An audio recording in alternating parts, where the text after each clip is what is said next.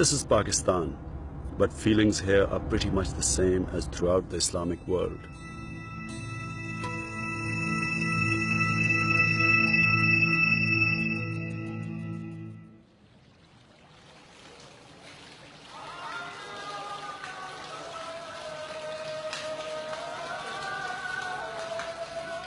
No one wants to call the military action in Afghanistan the war against Islam. But if you're a Muslim, it sometimes feels like that. I'm a Muslim. I have faith in God and I live by the Quran. Unfortunately, there are people in the West who think this makes me some kind of a religious extremist. But it's simply not true. The fundamentals of Islam are justice, compassion, tolerance, charity, and above all, humility before God. There's nothing in the Quran that's against progress and modernity. We also live, love, and enjoy ourselves. The net result is often more misunderstanding about the true nature of Islam. It's most unfortunate that most people in the United States do not understand what Islam is. For them, Islam equals fundamentalism. But for the majority of Pakistanis, this is not the case. For them, Islam gives them direction in life. It gives them moral values that has sustained the family system in this part of the world. Islam means coming to terms with a very harsh reality. The majority of the population live below the poverty line in this part of the world. Islam also means dignity for a lot of Muslims.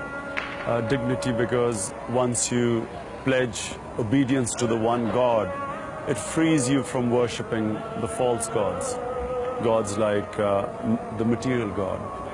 It also means that you believe in the hereafter. And people who believe in the hereafter lead their lives differently to those who believe that this is the be-all and the end-all. Islam has been the dominant force here for over 1,000 years. At a time when England was wrestling with William the Conqueror, and the United States didn't even exist, this was a mighty empire. Its descendants today may be vastly poorer than Americans, but this decline has nothing to do with Islam. It doesn't mean our traditions and our beliefs are in some way inferior. It's the feeling that Americans believe in their own cultural superiority and the fear that our own way of life will be overwhelmed that leads to a reaction against them. The roots of this resentment against America go back to the days of colonialism.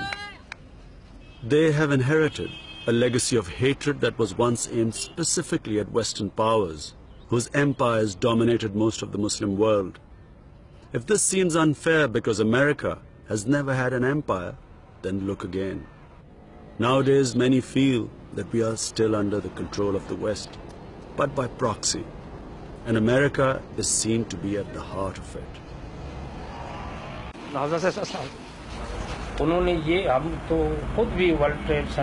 The entire Muslim world, and he said including himself and all religious people, everyone condemned what happened in Washington and New York.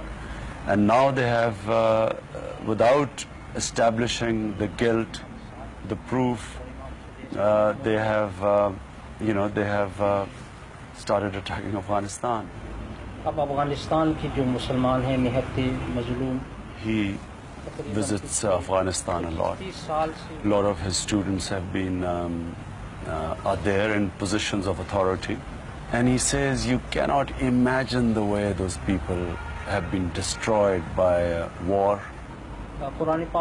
Says, the Quran says that when you have differences, sort them out with wisdom and compromise.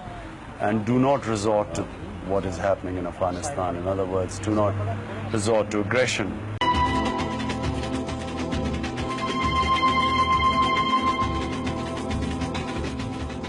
I feel strongly that the greatest crime of our ruling classes is that we never bothered to educate our masses.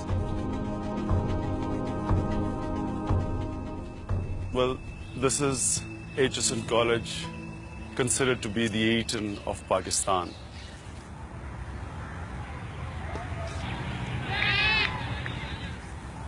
This is the first classroom I went to. First ever class I attended, and I spent 10 years in this school. When I came out, like the majority of students who came out from HSM, we understood the Western culture better than our own. Our thinking was westernized. We wore Western clothes. Our idols were Western.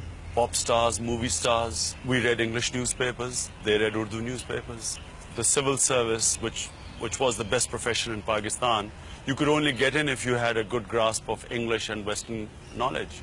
So the majority of the population was excluded. And so the resentment began to grow. It's growing all the time. It's against the small westernized elite, which has hogged everything in this country, which is the little privileged class, which has not shared everything with the majority.